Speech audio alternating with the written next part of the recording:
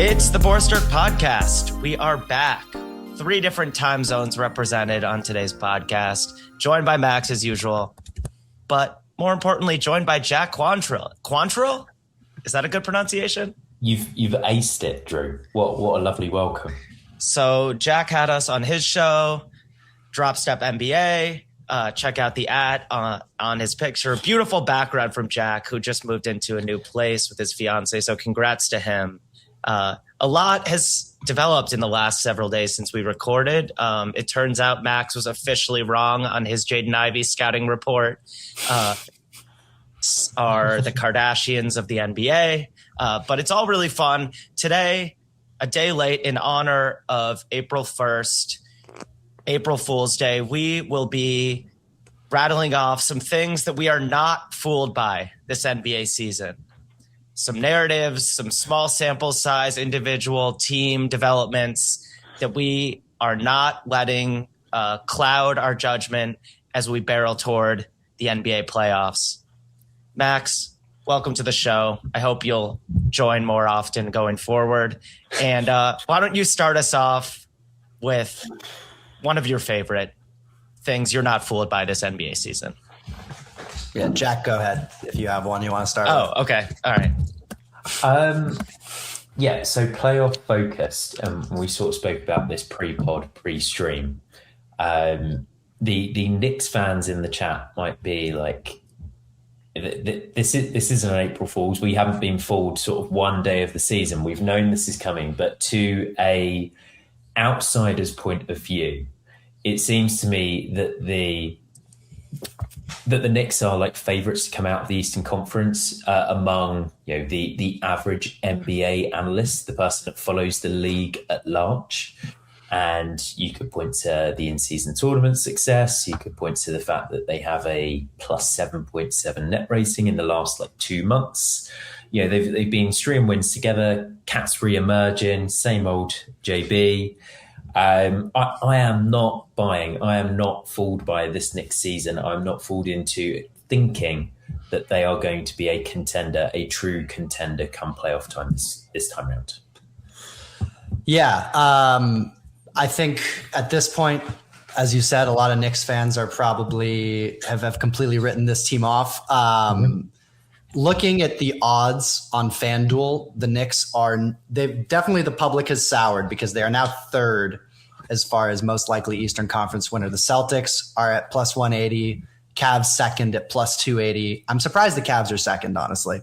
Knicks are plus 460, and the Pistons a distant fourth at plus 700, which I am not fooled by everyone seemingly having forgotten about the Detroit Pistons. Maybe I'll get to that later.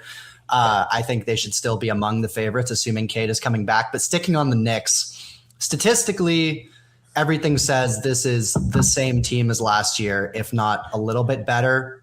They got a top 3 offense. Their defense is better than it was last year. They've got, I think they're 6th or 7th in defense on the season. And net rating, they're 5th, which top 5 net rating says they should be among the contenders in the conference. And yet, just it doesn't feel right when you look at it. And the main difference in this team, honestly, the play style is not that different from last year, despite all the promises that Mike Brown made coming in about ball movement. It stuck for a little bit, but in general, we've reverted fully back to just Brunson ISO ball for when things get tight. The main difference is that the team is deeper than last year. I think really by the playoffs, it was a 7-man team with the starters and then Mitch and Deuce. And this year, I think Landry Shamet has been better than he was last year. I think Alvarado or Clarkson gives a little added boost off the bench. And a lot of people forget how unpleasant a lot of last year was with the Knicks as well. The vibes going into the playoffs last year for the Knicks were not good. They had lost to every good team that they'd played the entire year. They'd gotten pummeled by Boston every time they played Boston. Same thing with the Cavs. They didn't have a good year against them. The top teams in the West killed them. And then they went into the playoffs and they had a really weird playoffs where they probably struggled more than people expected against Detroit. Then they overachieved against Boston. And then they again struggled more than people expected against Indiana. So it kind of had a weird, like both overachieving and underachieving feel to it. Where I'm at right now, the most likely outcome is they lose in the second round to Boston. Like, I think that's probably almost a 50%. 50% of the simulations, I think, have the Knicks losing in the second round to Boston. I think there's probably 10 to 15% of simulations where they lose in the first round to like a healthy Philly team, or Charlotte comes and punks them or something. And I think there's probably another 10 to 15% chance they go to the Eastern Conference Finals and lose there. Maybe a 5% chance they make the finals, and a 1% chance that they win the finals just because of injury to the Western Conference. So Wait, all what, that, what was the percent chance they just get murked by the Sixers? I gave it 10 to 15%. Okay, cool. That seems reasonable, right? Yeah. I think that's a tiny bit low. I think it's a solid 18%, but just wanted double click that one, as we say in the corporate world. The thing that I want to say with the Knicks is they have consistently in the Jalen Brunson era been better in the playoffs than you think they should be. I think one part of that is Brunson is a tremendous playoff scorer and has just shown time and time again he's one of the best like tough scorers and tough situation and big game players that we have. Like, he shows up when they need him to. A little concerned with how his numbers have fallen off this year compared to previous years, but I'm just going to chalk that up to trying to adjust to a new system. And then point two is in the playoffs, you get a fully healthy, invested, and unleashed Mitchell Robinson, who at times is the Knicks' like second most important player. As crazy as that is to say, but he has single-handedly won series for them and punked opponents for them he did it against Boston. At times he did it against Cleveland a few years ago. He did it against Philly a couple years ago, where at times he looks like one of their 2 or 3 best players on the court. So both of those things lead me to think that I'm going to have my heart ripped out at some point in these playoffs, but I don't think that they're going to like completely flame out. They've shown to be a pretty mentally tough group. Like, it's not a group that tends to roll over. Some of that could have been Tibbs. Now that Tibbs is gone, maybe that's not there anymore. But I do feel like I'm rambling a little bit, so I'm going to let someone else talk. But yeah, I think it's right to be concerned about them, but I still think I would probably put them second in the conference pecking order. I can't believe you just hijacked my signature move. I'm going to let someone else talk now, and then you just keep going. So let's start with your 6-1 James Harden.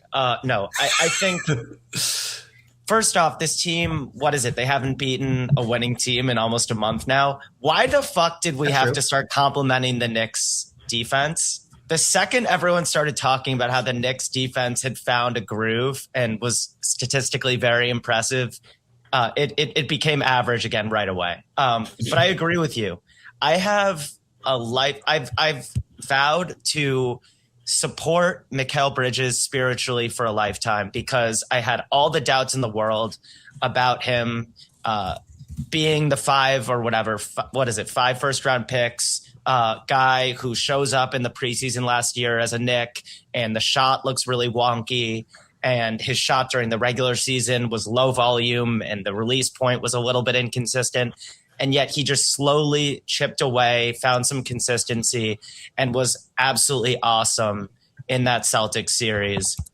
And it's been like, for all the talk about how Bridges is concerning this year, and people have been barking about how he might not belong in the starting lineup at times, all that guy has done is show up in big games for you guys. And so I actually I feel like after he figured it out last year, I just will give him some grace and wait to see what he looks like in these next few weeks. The Robinson thing, it's a little scary that you're facing Philly. They kind of have nothing to lose, and Joel's going to be falling over a lot, and be grabbing ankles. Mitch's toes are going to be nearby. But this team, to me, statistically, it just is a contender in a weak season in the East. I think it's impossible to deny that. But it does, to me, feel like so much would have to go right. And this feels more like a team that can beat any team in the East in a single series, and not as much for a team that is not old, a team that has a lot of guys in the thick of their primes, a team that's built to win right now. It does feel like a team that is too streaky to do it 4 series straight, or 3 for that matter. And it could happen because the East is weak. We don't know what Cade's long looks like right now. We don't know what Tatum is going to look like with a playoff workload. There are all sorts of questions among the best teams. I mean, the Cavs have proven nothing to us, and they mortgaged one of my favorite young players in the league for James Harden. I don't have a tremendous amount of faith in any of these squads, even though a couple of them are really good, and the Knicks are going to be, probably like a 52-win team or so this year. And so we can't say too many mean things about them, but I'll find a way. It's tough. This feels like a team that just, for all sorts of reasons, has trouble playing its 5 most talented guys at the same time.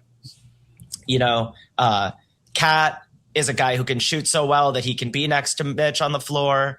But if you have Mitch on the floor and you also want Josh Hart, who's a fucking warrior out there, suddenly the spacing is a problem. And Brunson's game has become borderline unwatchable for me at times just because of his refusal to stop dribbling and probing individually as opposed to like keeping the offense churning. So yeah, there are all these questions. And yet with the way things went for the Magic this year, the way that, injuries have continued to be a rain cloud over the Philadelphia franchise, the way that Cleveland just like can't be my pick anymore. They've hurt me too many times. They're in it. They're in the mix. And, like you said, last year was flabbergasting. Like I remember watching game 1 against the Pistons and somehow the Knicks won that game. Was that when Tim Hardaway like dropped the ball or something? I forget what happened at the end of that game. There was a massive campaign run in that game. Yeah. It was just like stupid things were happening. The Knicks underperformed in that series. But maybe they didn't. Maybe that was our first preview of the Pistons gaining a lot of confidence and going from upstart energy athletic team to legitimate force in the East. But the Knicks, if they can just figure it out, I don't know what the hell's going on. There are not many contenders that have one of their most talented players whining on the opposite end of the bench while the team is in a huddle a few times in a row. So clearly something's going on with Cat. It's not just us like wanting to craft some anti-Knicks Kardashian narrative here. Like there's turmoil, but also I think he liked Tibbs. I don't think he wanted Tibbs gone. These guys are brothers. I do think that there's a lot of mutual respect in that locker room at the end of the day. And they do have that confidence of knowing like we were a bit of a mess at this same time last year. And we went out and shocked the world and punched the Celtics in the throat before Tatum's injury. And so we're just going to have to run it back. I think, as we well know, the strongest bond in the world is to podcast with people, and that brings the Knicks together unlike any other team. Shout out to the Roommate Show. I'm sure that they're listening and watching right now. I think my big problem with the Knicks, and to actually go into it as opposed to sort of throw out the vagary from my end of I'm just not feeling it. Even though statistically they don't profile in this way because they are one of the best teams in the league in terms of sort of the possession game, that they're able to produce like quality offense in terms of true shooting as well. I feel like they've sort of built towards an old meta in the way that last year they matched up really, really well against Boston because they sort of said, hey, look, we've got a really, really strong top 6. We've got a really strong top 7. We've got really, really experienced guys surrounding our stars. We've got guys that have been here before, guys that can sort of amplify our stars through their skill. And the best teams in the league this year, and this is how quickly it changes, it feels to me have gone in a different direction. It feels like the supplementary talent that you want surrounding your stars tends to profile more physical, tends to profile more energy. And I look at this Knicks team, and even though we've said, the majority of the team, if not, all of the important players in the team are in their prime playing age, I imagine them playing against a fully healthy Detroit and just getting smashed in the face, literally and metaphorically. I imagine them playing against Charlotte, and I think it's unlikely we see a Charlotte matchup with the way that the bracket is sort of fallen. And yeah, it's another really, really strong rebounding team. And I see them getting outmathed because they're not necessarily going to have the Mitchell Robinson superpower on the boards. And I'm telling you now, no team is going to beat Charlotte in terms of like 3-point volume. So I almost look and say, and I'm sorry to say it, Max, like if there was a year, it felt like it was last year. It felt like they were at the forefront of what a great NBA team should be last year. Sans the depth on the bench. I completely agree. Like they have far more players and a coach that's far more willing to like use those players this year. But what do you guys think to that? Because I even look at Boston and I look at like the matchup against Boston last year to this year. You're playing against Kristaps Porzingis. You're playing against Drew Holiday with the K now. Doing his old man game. You're going to get on the court unacceptable this year. And yeah, I'm sorry. Obviously, the revival has been huge this year. Thank you. Yeah. But you look at Boston this year. Oh my God, Hugo Gonzalez is coming in for 4 minutes to guard Jalen Brunson. I know that the foul trouble was going to be bad, but I look at them and I think that they're a much more like staunchly physical team. And I just worry that the Knicks are almost at that like Rocky 3 stage of their career. The Tiger isn't there in a certain way. Yeah, I agree fully on Detroit. They're the matchup in the East that scares me the most because no one gives Brunson trouble like a Thompson twin gives him trouble. Yeah. We've seen it whenever they play Houston. It's like a really ugly game. The Knicks offense gets totally bogged down because the Thompsons are elite, absolutely elite on the ball defenders. They're long. Brunson can't get by them. He can't shoot over them, and he can't collapse the defense in a way that actually frees up other players when he's going against an elite defender like that. And it just like causes them issues. And they're really the two guys in the league that do that. Dyson Daniels actually does it a little bit, which is why a Hawks series would worry me slightly. But I just think that their offense, the Hawks offense, isn't good enough to keep up. On Boston, I do kind of wonder. I do think I think a lot of the Drew Holiday discourse came out of that Knicks series as a result of how badly Brunson cooked him whenever he was guarding him. And like Drew Holiday's looked a lot better this year. I don't think he's a tangibly better player. I just think he was still good and Brunson was able to score on him. And I think a lot of Boston's contributors, Gonzalez, Shireman, Walsh, Hauser to a degree, we've seen them be really successful regular season players. I do wonder if with more time to scout and teams just selling out more on leaving Gonzalez open, leaving Walsh open, etc., like really trying to go after their weaknesses. If a lot of this Boston formula this year is a little bit more regular season than postseason, I'm not more scared of Boston this year than I was last year. I'll say that.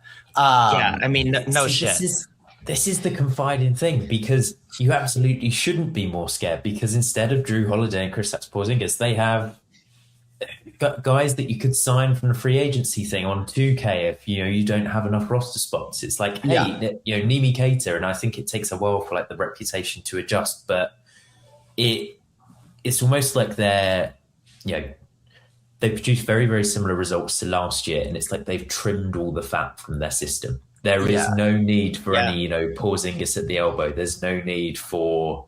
I'm not going to pretend that Al Horford got usage last year, but you get what I mean. It's very much he actually ended up playing a decent amount for them. But my very last thing on the Knicks, and then Drew, you can make your point, and then we can move on. Is I think the reason that they leave people cold is, and Drew's made this point before, their 5 best players, talent-wise, are not their 5 best players lineup-wise. And there is a mountain of evidence now that their starting lineup is mediocre when it's Brunson, Hart, Bridges, Anunoby, and Towns. It seems like that should be a great, you have your offense and anchors and Brunson and Towns. You have your defensive anchors and Bridges and Anunoby. There's enough playmaking. It just doesn't work. There's not like Hart's and Bridges' drawbacks take away from Towns' advantages, and the drawbacks of Towns and Brunson defensively take away from the advantage that you get. Rather than like the weaknesses covering for the strengths, you just get everything canceling each other out, and it's just mediocre.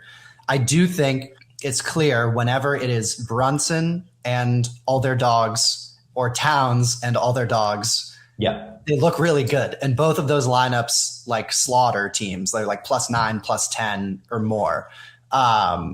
And they're going to have to tinker with the actual configuration of players because it's just so clear that their starting lineup doesn't work. And this is what the fans were screaming about last year, and it's the reason that Tibbs got fired.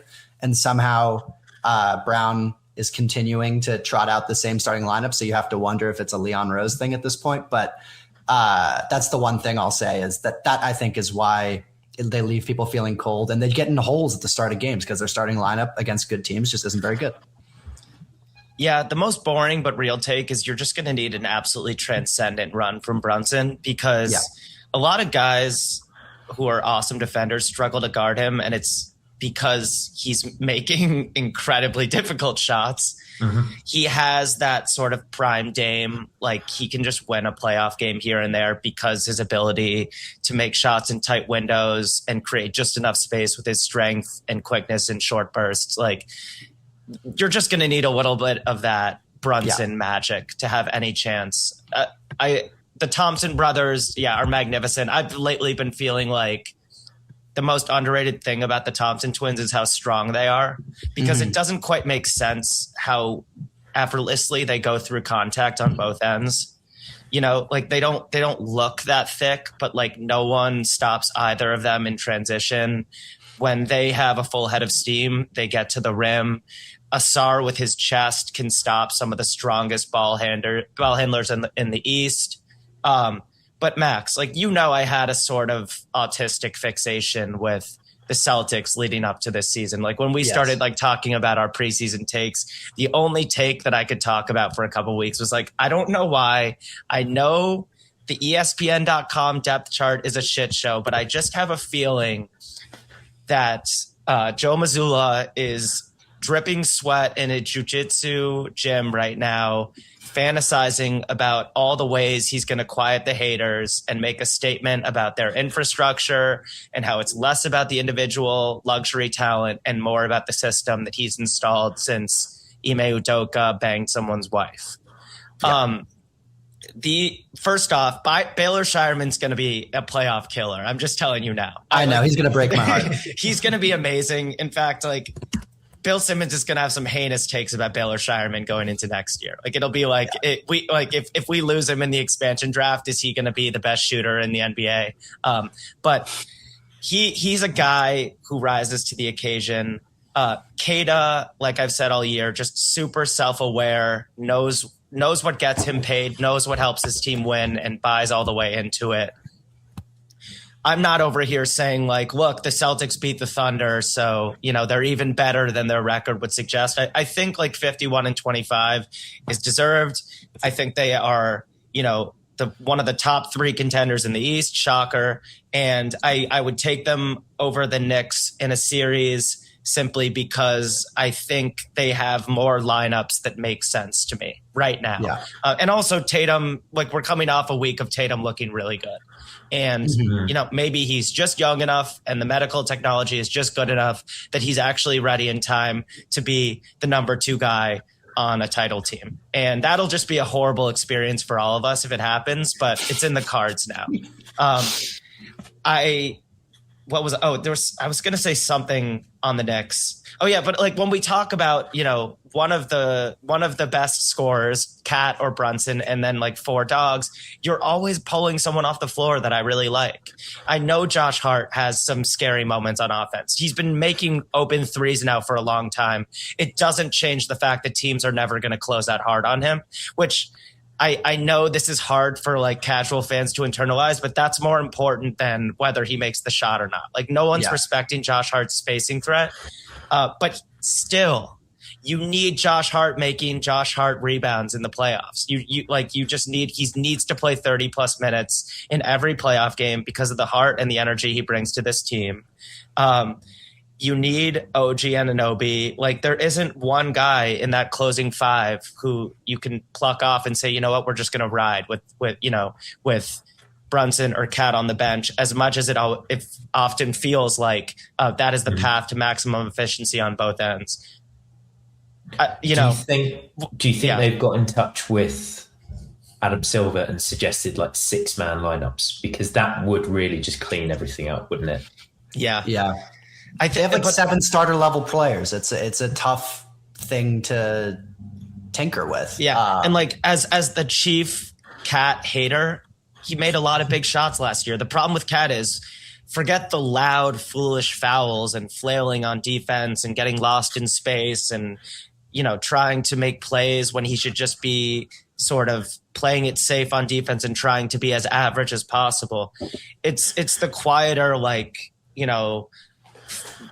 blown rotation, it's the things that happen on the second side with Cat when he loses focus, or he produces a great drive and score, but is on the ground complaining that he didn't get the N1 call, and suddenly the other team's just getting those 2 points back.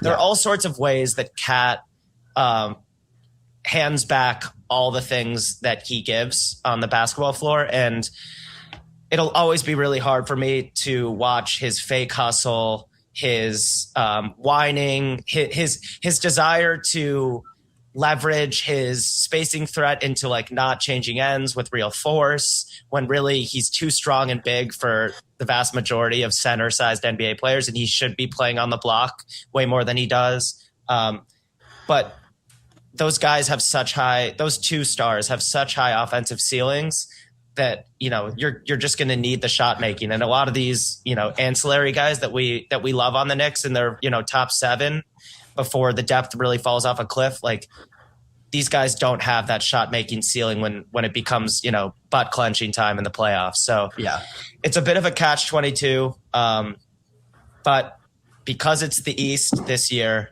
they'll be firmly in the fight. Yeah. All right. On that, I think we can move on. I can tell you something I'm not fooled by for this episode. Since I know that's what you wanted me to do first, Drew. I didn't hear who you panned to, so I threw it to Jack. Wasn't being willfully dismissive. No, I know. I made a horrendous joke about how you should join the pod more, and you rightfully ignored it, but then you killed the flow. I assumed you were talking about Jack needing to join the pod more. No. I'm sober these days. Yeah, so I am not fooled by the East being better than the West. There's been some discourse about this because the bottom of the West is so mediocre once you get past the 6th seed. West is still over 500 head-to-head against the East this year. And there have been 26 seasons in the 21st century, and the East has only been over 500 against the West 3 times in those 26 years. I don't expect this year to be another one. And yes. Wait, speaking of, I did say the Knicks haven't beaten a winning team in almost a month, and you double took. That was a good poll by me. It was March 6th against the Nuggets, and Jamal Murray played like 40. Yeah, and Jamal Murray played like 15 minutes in that game. But they always play the Nuggets well, I got to say. If they somehow make the finals and the Nuggets are sitting there, I'm actually going to feel pretty good. You're done. Who's arguing that the East is better than the West right now? I've been hearing some arguments because the East has, for the first time, the East play-in is actually going to be a must-watch event, and the West play-in is going to be just sludge. You're arguing more like the 7 to 10 range.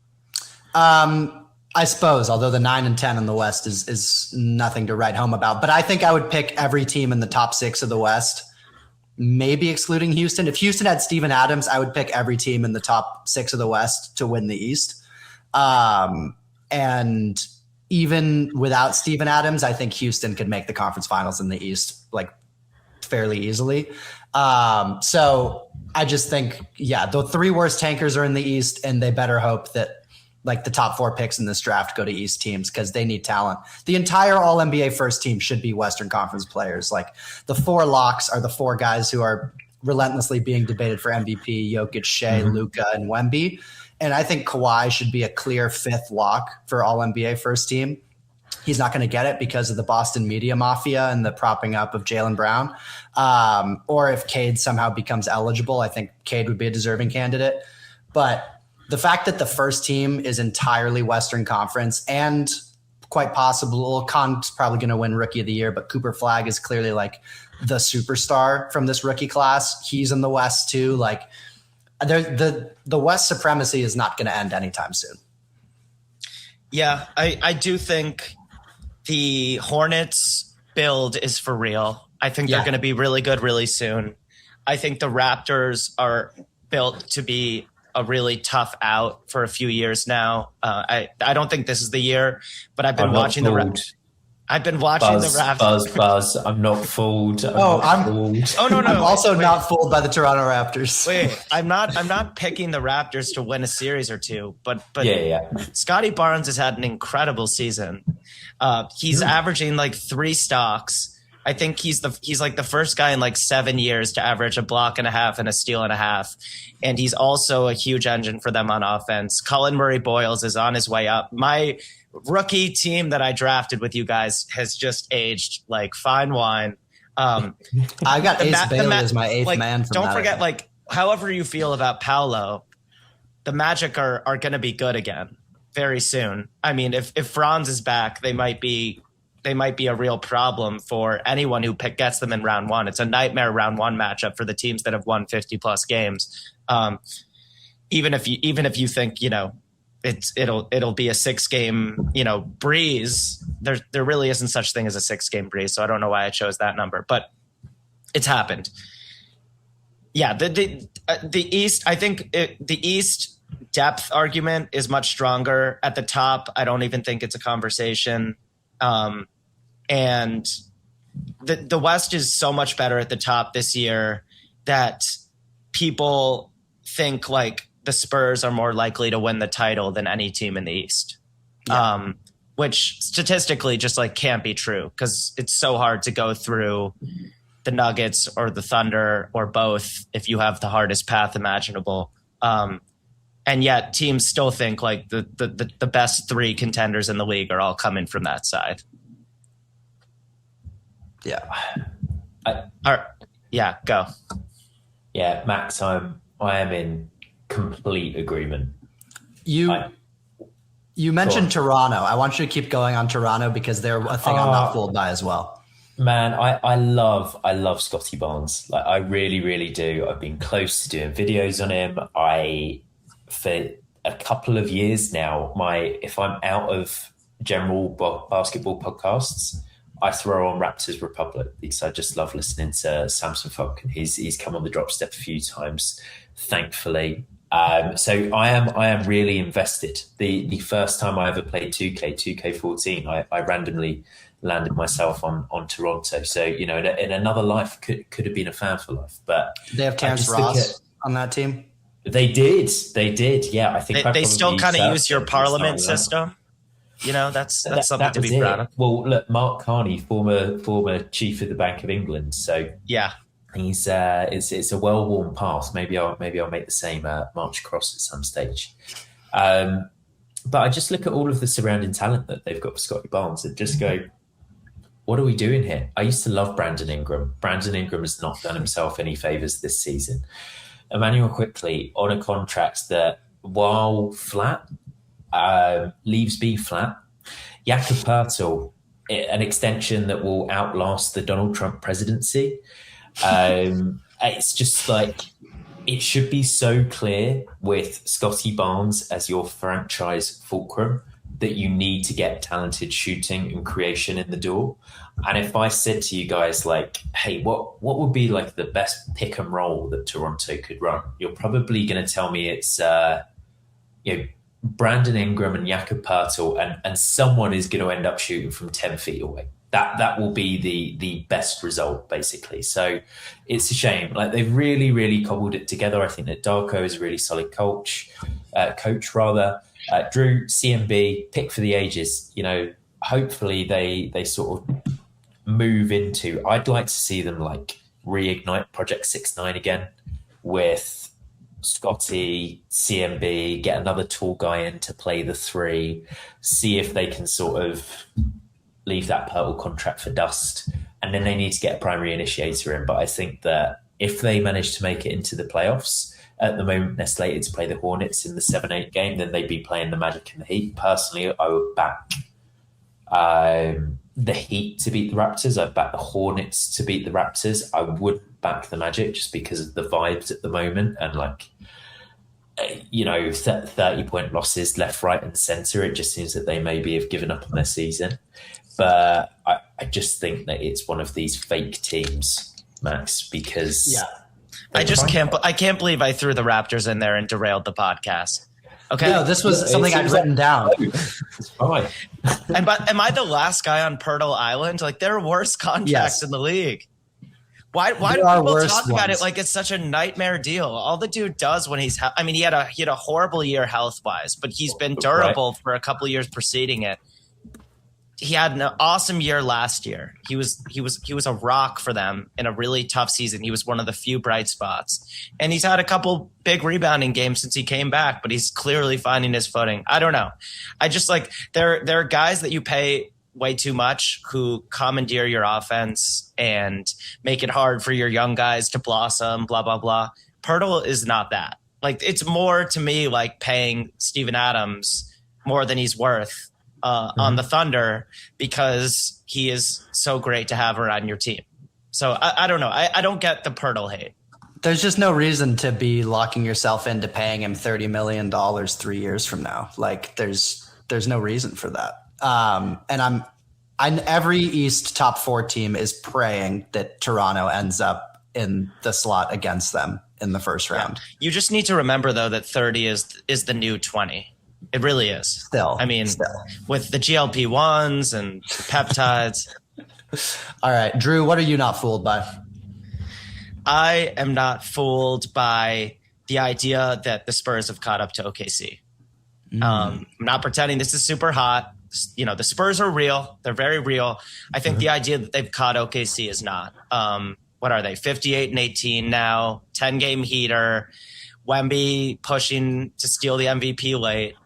He's been incredible, and I'm so glad to have him in my categories league. He just breaks every category fantasy league model, single-handedly wins me blocks on a week-by-week basis. But I think the OKC injury story this year has been so under-discussed. They never have all of their guys. And maybe we just need to accept that it's that type of year for them, and that's just who they are as we enter the playoffs. Like, J-Dub supposedly is playing tonight, but every time he plays, even when he looks bursty, and he looked incredible the last time he played, like, he's questionable the next day. It's not always because it's a back-to-back. Like, there have just been a ton of injury questions, and they're load managing Hartenstein, and he's like, you know, on his night, one of their top 3 or 4 players. So I still just default to OKC is the team to beat. They're in a half tier above San Antonio and Denver. I think the Spurs, as special as they are already, like Dylan Harper taking a step the last few weeks, I think he's going to look more like rookie SGA on the Clippers in the playoffs than, you know, the superstar he looks like he'll be in a few years. And De'Aaron Fox is going to be the Jalen Green of these playoffs when push comes to shove. I've been tooting that horn all year. This team has questions in half court offense and not many other questions. Like, the defense is going to be elite, but certain fun side dishes like Carter Bryant giving them really good minutes, like, he's probably just not ready to play offense in the playoffs. He's the kind of player who, like, makes you really excited for a franchise, and I think Carter Bryant's going to be amazing for them. But you, like, when Carter Bryant comes up against not the Knicks, because the Knicks are not in the West, but like those types of grown men wings who are struggling the last few weeks of the season, like the Carter Bryants of the world get punked by the struggling Mikal Bridges and Josh Harts of the world. We just see it every year in the playoffs. The kids who look great are not quite ready. I think this team wouldn't be a year away if they were in the East, but I'm just not ready to like hear any sort of fun. I'm taking the Spurs game 6 in San Antonio. They're going to close the Thunder out in the conference finals or however the bracket falls. I'm not there yet. So quick question, and then I'll let you go, Jack, to just to push and test on how convicted Drew is to this take. Do you think the Spurs are more likely to make the finals or to lose to the Lakers in the second round? Finals. All right. Not losing to the Lakers. I mean, I should have skipped this one to go to my Lakers one, which is, as you can imagine, based on my answer. Yeah. I'm not fooled by the Lakers. I mean, we can just get into them because I don't think. Yeah. Do you want to talk about the Spurs a little bit, Jack? Yeah, Drew. I'm the complete opposite. I wouldn't taken them as my championship pick. Personally, I feel like you got into two slightly different modes of thinking. Where do you think the Thunder are going to be fully healthy? Is Jalen Williams magically going to emerge? Because I think we probably agree Spurs and Thunder are the two teams that are a cut above the rest in the Western Conference. No, I actually the better take would have been I still am taking Denver over the Spurs. Oh, fine. Okay, so you think that and that's projected to happen, I think. Well, maybe it's not projected to happen. Maybe no, right now is going to be the Lakers, which is that's true. Yeah. It's really interesting the way it's falling. It's actually incredibly unfortunate for OKC. But I don't have a strong statistical smear campaign here with the Spurs. They are. I'm not even asking for one. I just mean they're fourth in half court offense.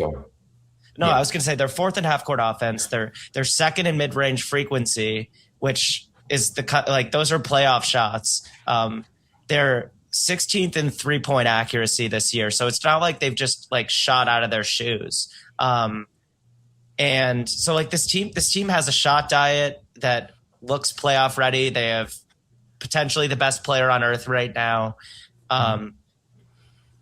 But this is just coming from year after year of seeing future all-time greats on strong young cores need time.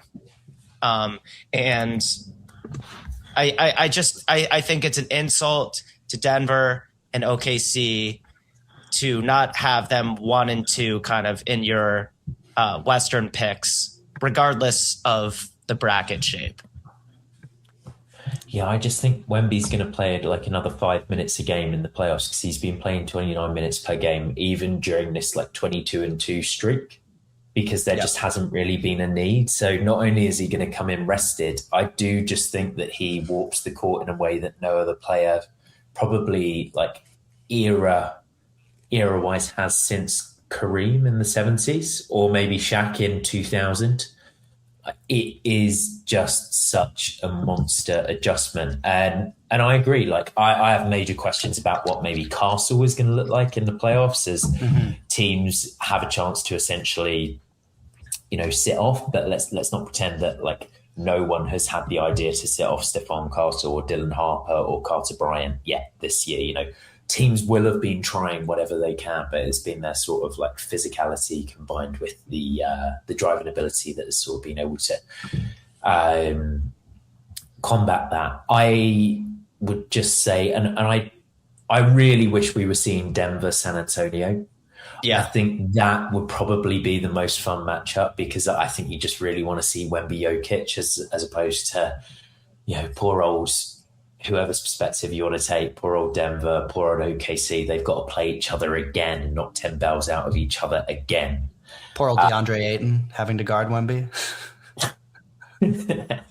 that would be fun. I feel like you won't get in foul trouble because you just won't bother, but it's not going to look brilliant. I think that those two teams are going to end up playing each other in the Western Conference Finals. I think the Spurs, as I've recently found out on this podcast, are going to have a much easier path to the Western Conference Finals. And, they've had their number in a very, very small sample size of games this year. And I wouldn't say that the Wemby we saw during those games is a better player than the Wemby we're seeing now. Like, yeah, He was coming off the bench. Wemby. Yeah, of course he was. So I'm taking him as my title favorite personally, but that's another day. Wow. All right. Yeah, I'm definitely of the opinion that the OKC injury stuff has been underplayed this whole season, but I also do think that cuts the other way, where they haven't been able to figure out who their 5 best guys are, and they haven't been able to gel with, like, you know, if AJ Mitchell's in their 5 best guys, what does that look like down the stretch of games with him learning how to play off of Isaiah Hartenstein? Like, there just haven't been that games where AJ Mitchell and Hartenstein have played together. So that kind of stuff, or AJ Mitchell and Caruso, like that kind of stuff could cut against them in the playoffs. They're going to be forced to adapt quickly playing Denver and then San Antonio. Like that's a tough path. That's like 2 NBA Finals series back to back. But with the Spurs, I do have concerns about their shooting, where they have a lot of guys that you can just leave open between Castle. Teams aren't going to guard, like the Josh Hart syndrome we were talking about. And Hart's at least making 40% of his threes. These guys are not. They're in the low 30s or high 20s. Like Castle's going to be left open. Fox is going to be guarded lightly from 3. Keldon Johnson will be guarded, but he's got such a slow shot that you can kind of wait to guard him until you need to. Dylan Harper will be left open. Carter Bryant left open. Cornette. I think they'll probably dare Wemby to shoot a lot of threes because the defense will live with that for the most part. So I mostly think that. Then there is a small part of my brain that's like, what if they just do the throw it up to the big guy play every time in crunch time? And that's like way more unstoppable than we think. But in general, I think they're definitely a better team than last year's Houston team. But I think they're going to run into a lot of the same issues where, like, when they beat you, they just absolutely stomp you out. But when they're in these close games down the stretch, they don't have those kind of scars and reps to know what to do. And it's going to be like, you know, a weird De'Aaron Fox floater when it should have been a Wemby post up, or it's going to be Harrison Barnes missing an open corner 3, like that kind of stuff, where they won't have the ball in the hands of the guys that it should be making the types of plays that should be made down the stretch of these playoff games. I worry a little bit. That is my one concern with them. And like, yeah, I could see a series with the Lakers going long just because, you know, there's 2 games where down the stretch, Luka just makes a bunch of crazy shots and the Spurs kind of don't know what hit them. I would still pick them to win that series, but yeah, I think they're going to handle the Lakers. Yeah, that I'm less worried about. But my bullshit cop out at the end of the day is they haven't felt the stage yet. And I know Wemby's built for the stage. He's built for whatever he wants, frankly. If he wants to take over France, I think Macron wants to hand the chair over as soon as possible. I don't know what's going through that guy's head, but I was rewatching the video of his wife putting the hand in his face as the airplane window closed. It's just magnificent cinema. But the Spurs haven't been there. They just haven't felt it. And I also think where they can find the energy and the heart and the young legs on a national regular season game. I'm also just going to take SGA mid-range over Wemby mid-range when push comes to shove. Can SGA get to that mid-range if Wemby's the guy that's like in the drop in the pick and roll? Yes. Okay. Yes. There you go. Sorted. And I was also just so taken. I mean, I'm way overreacting to that J-Dub just running past an entire team a couple nights ago. Yeah, I'm like, he's healthy. I know I just talk shit about his like constant questionable tag, but like I really do believe they've just been so cautious with him all year that like he is going to be mostly himself for these games that matter the most. And at that point, like it's again, it's nothing against Castle. It's nothing against Harper. It's nothing against Vassell. The Thunder just have more of these guys, and they're all like a tiny bit better than the Spurs at this stage. This might be the last year that I'd rather be the Thunder entering a playoffs. Like starting next year, it might be not only for this season, but like 5-year outlook. What team do you want to be? And if you think Wemby's the best player ever, you might already be there for the Spurs. But like next year, I think is the year if the torch is passed or if the magnetic field shifts towards San Antonio. I still think we're a year away. That's all. Yeah. And don't forget the Denver health problems too. You know, I mean, Denver has been, I feel like it's been much more talked about how unhealthy Denver's been all season. And yet they've won a lot of games. And when they have everyone healthy, they're deeper than they've been in years. Yeah. And we saw it with OKC, their first playoff run against Dallas, where they were the number 1 seed. They had been dominant all year long, and then they run into Dallas. Their young guys aren't quite ready for the moment. A more experienced superstar at that point, and Luka just kind of like takes over down the stretch. There was one game where Dallas had the 30-0 run to close the game out. Like that stuff does happen with young teams, and it took OKC a year to figure that out. So I do tend to lean on NBA history and be with you, Drew. Jack, do you have another? You want me to just do 8 in a row? Jack, give us one. I can take us to not too far away from San Antonio. I can take us to Houston for a double-pronged I am not fooled. I am not fooled that Alperen Şengün is or will be a star.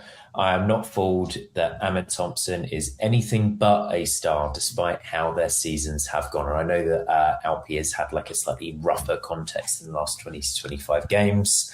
But I believe if you went and spoke to Houston fans, they'd still be telling you, like, this is the guy, this is who's going to take us to the promised land. And then there's been a lot of talk in sort of national media about Thompson's regression, and everyone was sky high on him last year. He was going, 2, 3, 4 in the 25 under 25 drafts that we like to do.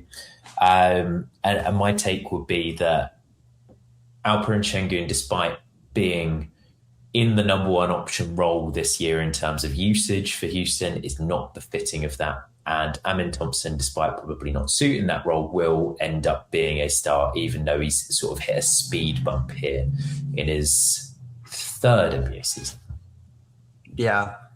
It's really hard to assess this Houston season just with how injured, or just with losing Van Vliet and Steven Adams. Like, both of those guys are just so core to how they want to play. And Shepherd can mimic a bit of the Van Vliet piece, not to do a Bill Simmons piece. And Steven Adams. Yeah. What is he? 82.7% of Fred Van Vliet? But Şengün, I've seen a lot of Rockets fans turning on Şengün. And rightly so. I do still have faith that he's going to be like, on the spectrum of Sabonis to Jokic as far as like winning offense forward centers from Eastern Europe. I would put him, I think, closer to Jokic than Sabonis in terms of how I would want them for team building going forward. How about Young Hansen? Where's he on that spectrum? we tossed the banker an extra $100K for that one. Young Hansen. That's quite a guy to get suspended for as a GM. It was a funny tampering story too, because there was so much news when we drafted him about how the Blazers had been in love with him for years, and like Mike Schmitz, our lead draft guy, had been in China watching him like a few years ago when he first told on broke yourself. Yeah, it was like a great story. Like, oh no, you got to trust us. Like, we passed on Carter Bryant and Cedric Howard because we really believed in this guy. We loved him when he was 15 years old. It's like, yep, you sure did. Yeah. Hand out him the money so we can install a new tanking technology. Yeah. The Amen side of things, I think people got way too over their skis with him last year. To the point where, like, I don't know what they were expecting from him this year. Like, did you think he was going to be Giannis or something? He's exactly what I expected. He's a really good defender. He's a great rebounder. He can bully guys that are smaller than him, and he can't shoot. That's who he was last year. And he's like a slight incrementally better version of that player this year. Like, this is kind of who he's going to be. And I don't know if people were expecting like an all NBA leap from him. I just think that's a little premature. And there's some very fundamental things in his game that he'll have to solve to get to where he wants to get to. And it's also not a team that has a ton of shooting around these guys to everyone on Houston. The entire Houston offense is just based on trying to slam through a brick wall of defenders, basically. And they've tried to design themselves with offensive rebounders and athletes and strong guys to be able to do that. And then Kevin Durant to just be able to shoot over the wall. But yeah. And also so much of their shooting can't handle the ball. You need KD out there. You need Jabari Smith out there for big minutes. And those are not handlers. Those are not drink stirrers. And Amen is right on his way to being like an Andre Iguodala type of all-time awesome wing stopper with a ton of creativity on offense. But Andre Iguodala was never the point guard on his team. His best years were alongside AI and a little bit after that, and there was always a point guard kind of, just handling some of those initiation duties because it's not his full-time job. And you've seen the Rockets stretched so thin in terms of ball handling that in must-win games for them, Aaron Holiday is dribbling the ball up the floor because you can just say Udoka's just really, really pining to get a point guard on the floor. And I love Reed. You and I both love Reed, Max. I think he's right in there with Baylor Shireman, white guys who are about to be really fun in the playoffs. But it's a lot to ask of Reed.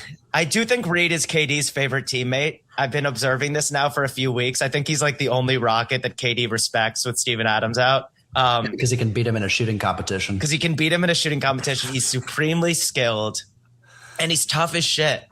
Reed is not going to be scared. He might be asked to do too much this year, but he's not going to be scared at the moment. I feel like I've been a little bit higher on the Rockets than everyone else, so I like that you're bringing some positivity here, Jack. Şengün is still very much a force on offense. The three-point touch is sneaky, kind of coming for him. I think in a couple of years he will be a three-point shooter. And this team is just really they don't have a floor general to slow things down. In all of their big games, I don't have a stat to back it up, but it just seems like KD's turnovers go way up because they ask him to start dribbling. And when KD has to start dribbling in isolation and getting creative, that is just not what makes him special. So it doesn't help that Tari Eason's had a shooting year from absolute hell after a really strong shooting year last year because they need all the shooting they can get. This team is the quintessential playoff offense. Is going to be absolute diarrhea, but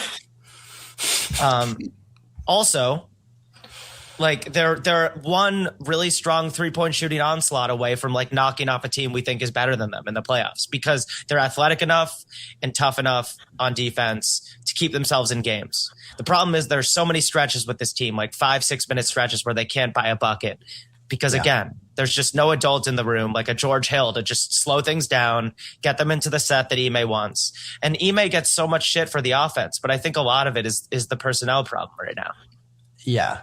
It's not personnel that fits well together offensively. And I think when they had Steven Adams, Ime had done very well to make them. When they had Adams, I think they were top 3 offense, top 2 offense. They started the year as the best offense and things gradually slowed down. But yeah, I agree. And I'd still buy stock in both of those guys going forward, Thompson and Şengün. I just think it's a weird situation right now. And they've obviously had a weird vibes season with the whole KD burner gate. And I'm sure Ime, when things aren't going well, is not a super fun coach to play for from a vibes perspective. So I think it's just been a weird year for them. And it was weird from the moment Van Vliet tore his ACL in the offseason. And yeah, I hope they don't overreact too much this offseason from a team building perspective. What do you guys expect to happen with Şengün for him to sort of make the next leap? Do you think it's very much tied to working beyond the arc?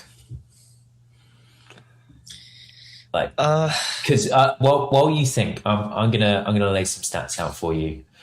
Alperen Şengün in the 2 seasons that he has made the All-Star team, has had a true shooting percentage as a 5, and obviously as a non-traditional 5, right? We're not saying that Fred VanVleet even last year was Steve Nash and laying on the points thick and fast. But it's 54% true shooting last year, 57% true shooting this year. So that has risen. A BPM of 4.4 last year and 4.5 this year. Usage is around like the 27% mark. His total rebound rate, 17.5% last year, 15% this year. Domantas Sabonis in his best ever season for the Sacramento Kings, 67% true shooting, 20% rebounding percentage, 5.8 BPM, followed by a season of 6.5 BPM. And Şengün has never had a season where he's averaged 60% true shooting. He got very, very close one year with 59%. But I just look at him and I don't necessarily see the level of creation to believe in him deserving the touches going forward, because like the assets that the Rockets have, I think they could bring in higher quality ball handling players. And if he's not going to be that, and if you don't believe in him as an offensive championship number 1, then very quickly he slides all the way down, because you don't necessarily want him as, just your standard rim protecting 5, or even like your Jarrett Allen style handoff hub. I come to you with the assertion that he is a Banchero style player, as opposed to someone that I would be investing in heavily. And I really like Paolo before this season. I don't know what's happening this year. I just I'm really against him. I know that if this blows up, as I'm sure it will, that I'll have a large portion of the population of Turkey after me. But I just cannot see it without Şengün. Yeah. So the fatwa has been set. You're in trouble. But Şengün, so there are 2 things with him, the more I think about it, that worry me. The touch around the rim needs to be refined, because for someone who's so overpoweringly strong and uses spin moves and drop steps to get deep into the paint and carve out space. What moves does he use? He uses spin moves and drop steps. The drop That's step. right. That's right. Carry on. He too many floaters. I wish he would use the glass a little bit more. And the turnovers have been a real problem. And I think that's because he takes on the craziest offensive burden of anyone on the Houston roster. Like, I think like Paolo, he is built to be an incredible secondary playmaker. And he has been the lead playmaker on a team that came into this season with the clear goal of getting to the conference finals and pushing for it all. And it's possible to really like him as a player, just like it's possible to respect Paolo and say, like, this guy needs to have a little more self-awareness and step aside. Now for Paolo, like, you could argue Franz might actually be their go-to guy in a pinch. Yeah. I don't think KD at this stage in his career is going to carry an offense to a title. I just think we're past that stage of his career. And so I think it's less about Şengün having like a fundamental efficiency problem or skill issue. There are these minor things in his game that he's going to continue to work out. He's 23 years old. I think it's the fact that they've given him the ball and told him to be Giannis this year, when really he is a number 2 on a really good team on offense. And then like the defense ebbs and flows, but he has good hands. And I think you can hide him at the end of the day there with the talent that they have on defense. But maybe with VanVleet, maybe with Steven Adams easing a little bit of that like bruiser burden in the paint, maybe his turnovers would have been down this year. He would have been a little bit more efficient. But the workload for Şengün this year has been massive. And I think that has a lot to do with the stalling in progress. Yeah. And I think if there's one area for him to get better at, it's the paint, but not at the rim shots. And that's what's made Jokic an all-time great offensive player and scorer, is his ability to hit his sort of floaters basically at a 60+% clip. He's kind of having a down year this year from that range. He's at 60% on paint, like not at the rim shots. And Şengün, by comparison, is 46% on those shots. And that if he can hit, doesn't have to hit 60 like Jokic does, but if he can hit half of his shots from floater range, I think that goes a long way towards giving him another weapon where it's not just like either I bulldoze you to the basket or it's a good thing for you wherever I shoot from. So even beyond the 3-pointer, I think that's a big area for him, which he's still 23. And I think he has enough skill that I trust him to be able to improve on that kind of stuff. He dribbles a lot more than Jokic. Like he would do himself a favor getting off the rock a little bit more frequently. And yet there have been so many crunch time possessions with the Rockets this year where Şengün, like Max said, has just tried to bulldoze 3 guys and it's ended up in a charge or a turnover. And part of me is like, you need to move the ball. And the other part of me is like, what was their best option there? Because KD is sitting on the wing, just kind of watching it happen with subpar body language. And there aren't that many other offensive creators out there. So it's a tough spot for him to be in at this stage in his career. There's also like a very, very uninspiring input from the coaching staff in terms of the offensive infrastructure that they get to operate in. I really thought that we'd look at this and we'd see a combination of Kevin Durant, Reed Shepherd, and even like Jabari Smith Jr. to a lesser extent as 3 movement shooters operating around Alperen Şengün this year. And it's always been far more static, far more stagnant. And that's made it harder for like even an Amen Thompson to operate as well, because you'd ideally have him sort of arriving in the dunker spot as opposed to occupying it on like a very regular basis. It's not like they ever really get the defense in rotation, and it has boiled down to Şengün having a very, very difficult job. And you guys have gone some way to convincing me that, like, especially age-wise, if there is shooting progression, he can become a bit better than Sabonis was for the Kings. But I have him firmly further towards the Sabonis than I do the Jokic. Yeah. And the other thing I would say is, like, with their stars or with their players that they're really invested in, I struggle to see how it works long term, but that's for another day. Thompson Şengün's a tough fit long term, and yet they lost 2 of their most important vets, and they're going to win 50 games in the West. Yeah.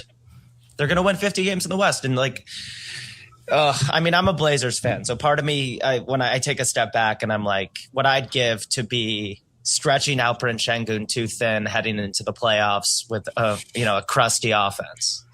Yeah. All right. I am not fooled by the Lakers suddenly being in anywhere near the top tier in the West. Forget OKC, but just being somewhere in that top 4. I'm just not there. I still think, like, push comes to shove, I'd pick the Wolves to embarrass them like they did last year. And there's some numbers to back this up. They are they're a 4.4 team EPM, which is is not indicative of a contender. They're cleaning the glass, still has them as 18th on defense. They obviously, like, Luka looks fit. Luka looks incredible offensively. Obviously, Luka also looks really hot, I would say. I've seen a series of e-girls now posting memes. They with captions like, when he starts speaking Spanish, I can't breathe. Hope's been sending me a lot of these now. The LA girls are just madly in love with Luka, so good for him. It looks like he'll have options if he can get over the marriage issues. But it's pretty simple. DeAndre Ayton, Marcus Smart, even Jake LaRavia, a guy that I really like in a vacuum. Just can't hit a 3. We just can't. We can't expect 41-year-old LeBron and Austin Reeves to be second and third fiddle on an elite team in this West. I'm just not there. And I all the LeBron sexuals, all the Luka stans, they're like gearing up for some sort of heroic reversal of what happened last year in round 1. Credit to Luka for getting in better shape. credit to this team through all the noise, ending up with a really solid record and beating some really solid teams of late. And LeBron for still being like he heard me talking shit a few weeks ago and just started going on a tear. This team just isn't a cut above like that morass of like 5 to 8 in the West. I really don't believe it. 8's a little strong, but like I just don't see them shocking the world and the conversation becoming like, how do we write off Luka in the playoffs again? I think this team just doesn't have the depth of quality that the teams around them do in that range. They're the 2022 Dallas Mavericks in a much more difficult, the team that made the conference finals for the first time. And I don't know if that makes LeBron, Dorian Finney-Smith, or Spencer Dinwiddie, wherever you place him. But it's like, in terms of team quality, it very much mirrors that Mavericks team that Luka carried. And I think that it's just a far more difficult West than it was back then. I think that we've fully moved away from the heliocentrism idea. Like, if anyone can bring it back, Luka can bring it back. I was flirting with the take of like, I'm not fooled that the West is a closed door in the next few years. I think the Lakers could get there, but that's because of how inspiring they've been this season in the regular season, with a total absence of supporting cast around those three guys. Like, yeah, it's done for this year, 100%. It feels like Luka winning a title on the Lakers, like those real chances begin after LeBron's time in LA is done, because he's getting paid so much. And like you said, in 2022, the money that's going to LeBron on this roster was going to guys who in a vacuum have no business closing on a contender. But with Luka at the peak of his powers, Spencer Dinwiddie, DFS, and Reggie Bullock, like those were real threats who were absolutely maximized and just told to play defense and hit wide open shots. And I don't know, like it's still flabbergasting, like thinking back on what Luka did, exposing that Suns team. And so I guess like we're just a couple weeks of Luka magic away from me feeling really dumb. But that team was built to defend and kind of fly around Luka. And this team has some of the shooting, like Austin Reeves can get 30 against anyone on any night. LeBron on his night can still, be probably the second best player on a title team.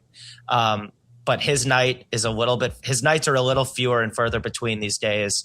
And then the role players who have come through for them in a lot of ways, Marcus Smart all year has been pretty solid. Jackson Hayes has had a great run recently. But like Jackson Hayes and DeAndre Ayton, like rim running for Luka, it's not as nice as, Lively and Gafford. So okay. This team has like more top end talent than that 2022 conference finals team and less sort of Luka optimized ancillary skills.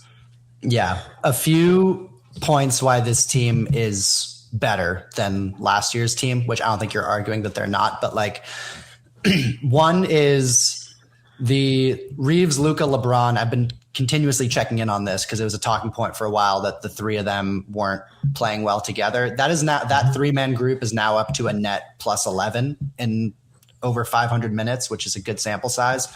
Like they've figured out offensively how to balance the three of those guys. And a large part of that is LeBron buying into kind of like a basically supercharged Aaron Gordon on offense, and Luka just fully grabbing the reins as I'm going to be making every decision here basically. And then Reeves, you play the like second side, the ball goes to you against a shifting defense, try to make something happen. So the fact that those three guys are playing really well together, I think is definitely something. Luka looks way better going into these playoffs than he did last year. And last year was the only year that we've seen Luka have kind of a disappointing playoffs for his standard.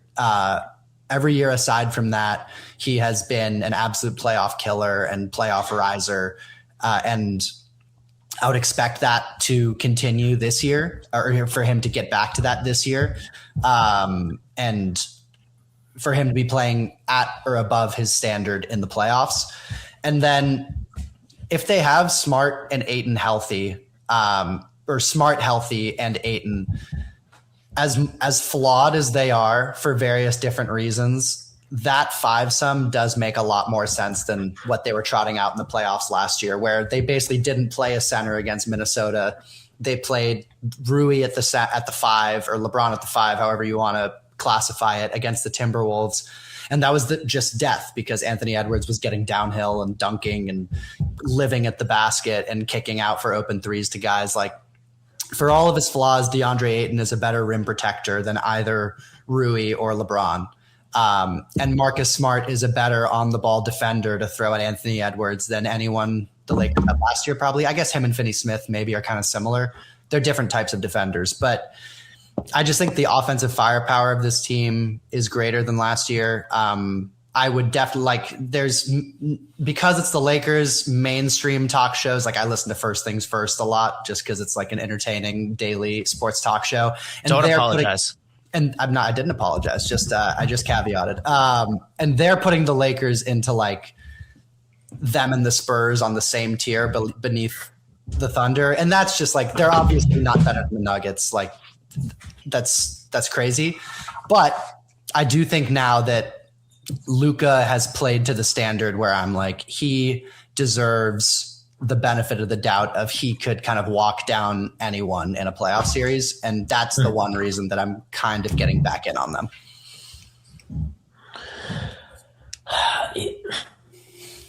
They're just coming at this playoffs with such ancillary talent disadvantage. I completely agree on the one round thing. And then once you win one round, like, because you're giving Luka the credit that they can win one round, then you kind of have to give them the credit that they can win the second, because it just resets unless he starts to pick up a niggle or an injury or something. But if you told me that next year they signed any combination of, and it's a really, really poor like free agent class, but yeah, absolute best player they could sign for what we imagine they're trying to do. If they got Hartenstein from the Thunder, that's great. You weaken a rival, you get your huge rim protecting center.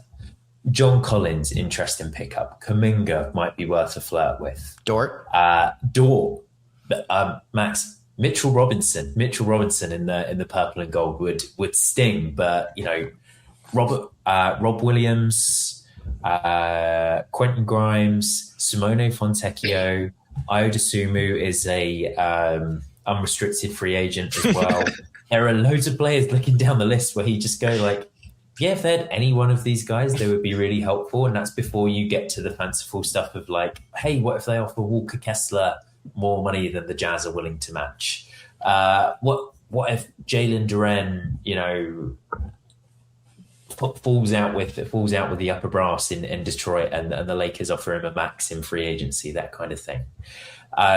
Like next year, they will be in the upper class for real in the Western Conference. I still don't think they'll be of like the Spurs or Thunder level, but this year they are very like well and truly masquerading as them.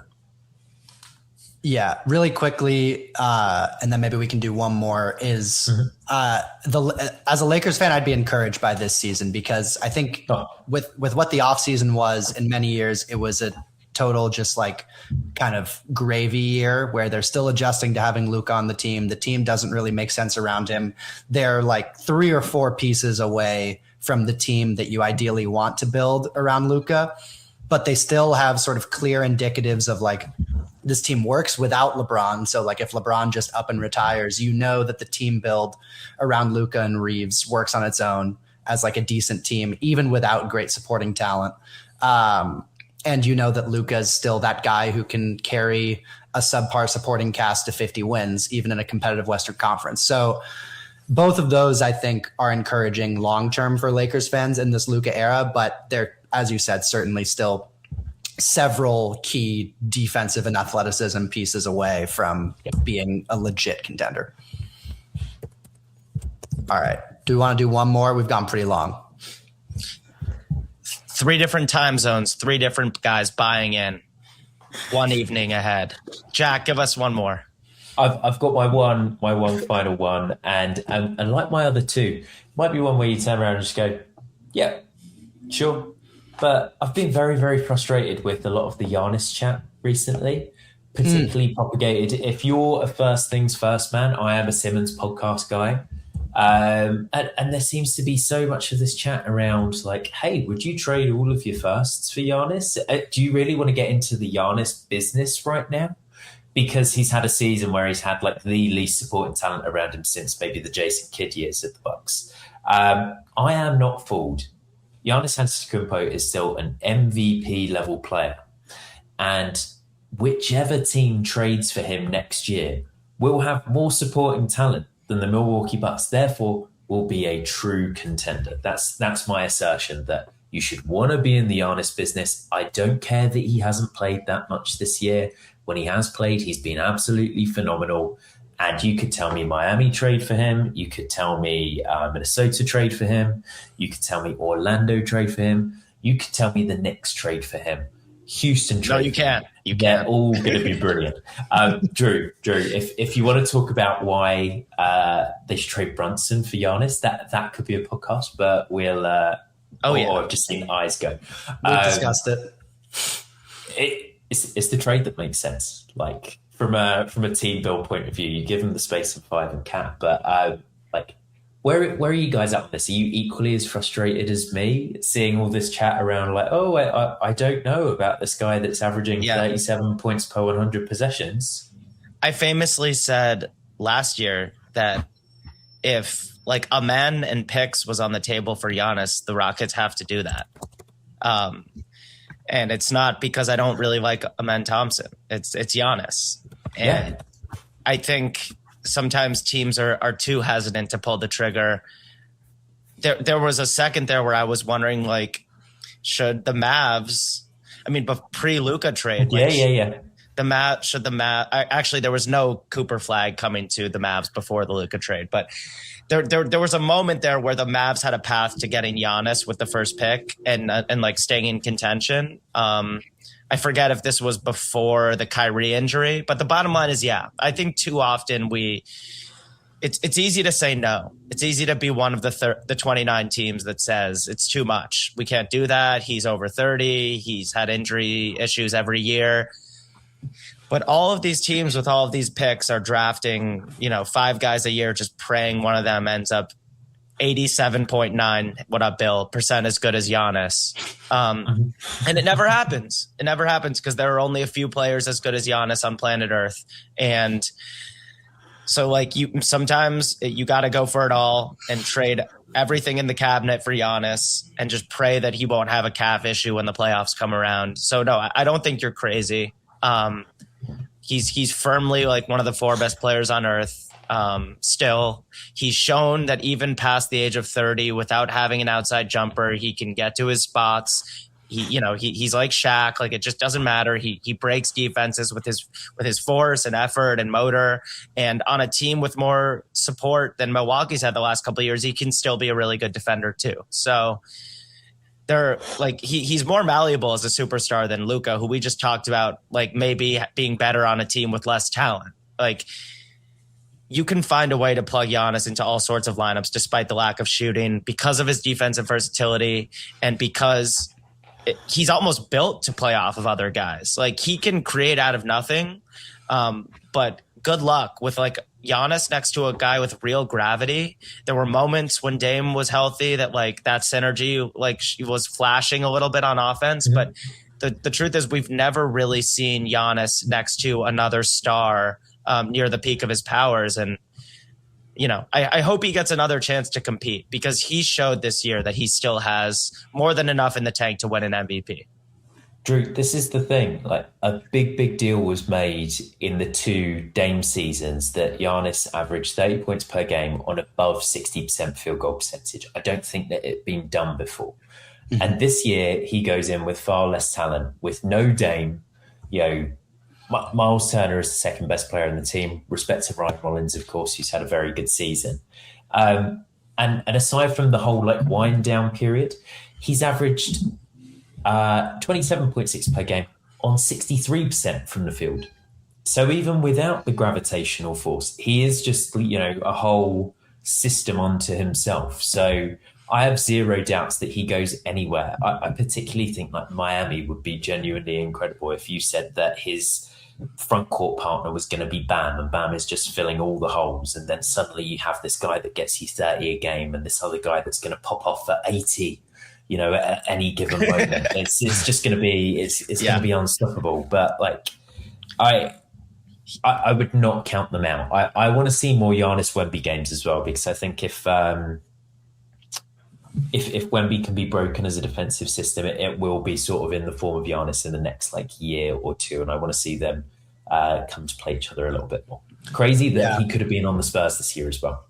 Yeah, I also had Giannis written down more from the perspective of I'm not fooled by any of the messaging around this from either party. Like, can we just resolve this? Like, clearly he doesn't want to be there. Clearly the Bucks don't want to trade him, but it's also the only way for them to reset their team unless they have massive lottery luck this year.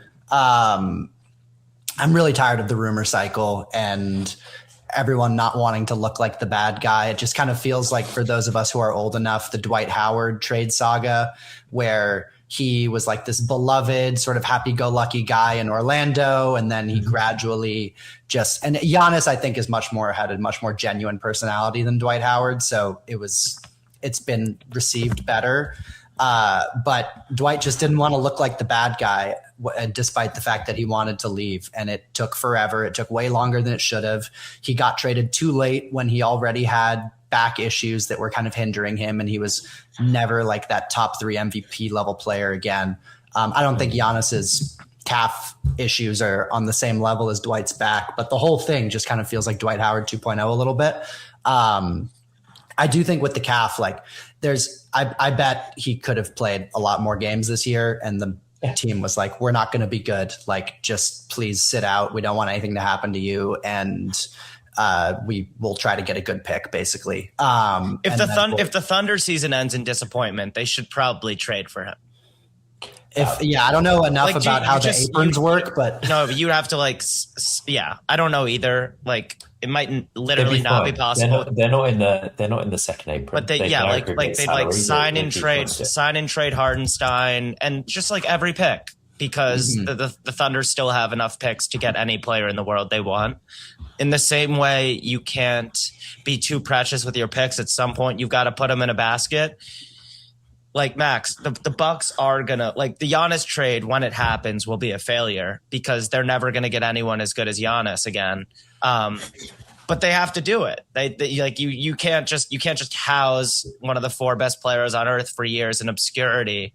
Yeah, you literally exhausted every option the salary cap affords you, and it's not working out. And so, my team traded Dame. We didn't get a ton in return. Dame is nowhere as good as Giannis at any point in his career. But that doesn't mean you shouldn't trade your superstar. You trade your superstar knowing that your franchise is going to be worse off in the long term, but less bad off than if you let him stay until he's 36 and you can't get anything back. Yeah. And Giannis is just the last 4 years of his career, 23, 24, 25, 26. It's he hasn't existed in the playoffs. Playoff Giannis hasn't really been a thing since that second round series against Boston, that epic 7-game series. And he deserves to be able to continue adding chips into that legacy, not literal ones, but just being able to put line items of had this great series, blah, blah, blah, in the first round, second round, and we just haven't seen it. So he's been one of my favorite players in the league for so long. I just love so much about the way he plays, how intense he is. And he's grown so much as a player too, where he seems like he's still getting better every year, at least offensively. I'm sick of not having him in our basketball lives as anything more than a Shams headline grab. Breaking news: Jordan Goodwin just swatted Brandon Miller. I think that's where we will stop today. Jack, it's 12:44 a.m. for you? That's the one. And what time are you teaching tomorrow morning? It's half term, and we're heading into Easter, which is why I was more than happy. Not that I wouldn't have been more than happy to do this anyway, but I have 0 commitments tomorrow. Therefore can sleep in and can have very sweet dreams about what a lovely evening I've had podcasting. Other than the ASMR OnlyFans, tell the people where to find you. can find me on no, let's leave that alone. You can find me at my handle that you can read right here, at the Dropstep MBA on Twitter. You can find me by looking for the Dropstep podcast on Spotify, on YouTube. Look it up. There are plenty of good guests on the way. In fact, I've got a couple of people booked in for the next week or two as we ramp up towards the playoffs. So much like this podcast here, just someone that really, really loves talking about basketball and hopes that you will invest your time in listening to the Dropstep. But guys, thank you so much for having me on. I am around whenever you need me. Throw out the bat signal, I'll be there. Jack, we appreciate you. Thanks for coming on. We hope to be back on your show soon as well. And thank you guys so much for listening. We'll be back soon. Peace.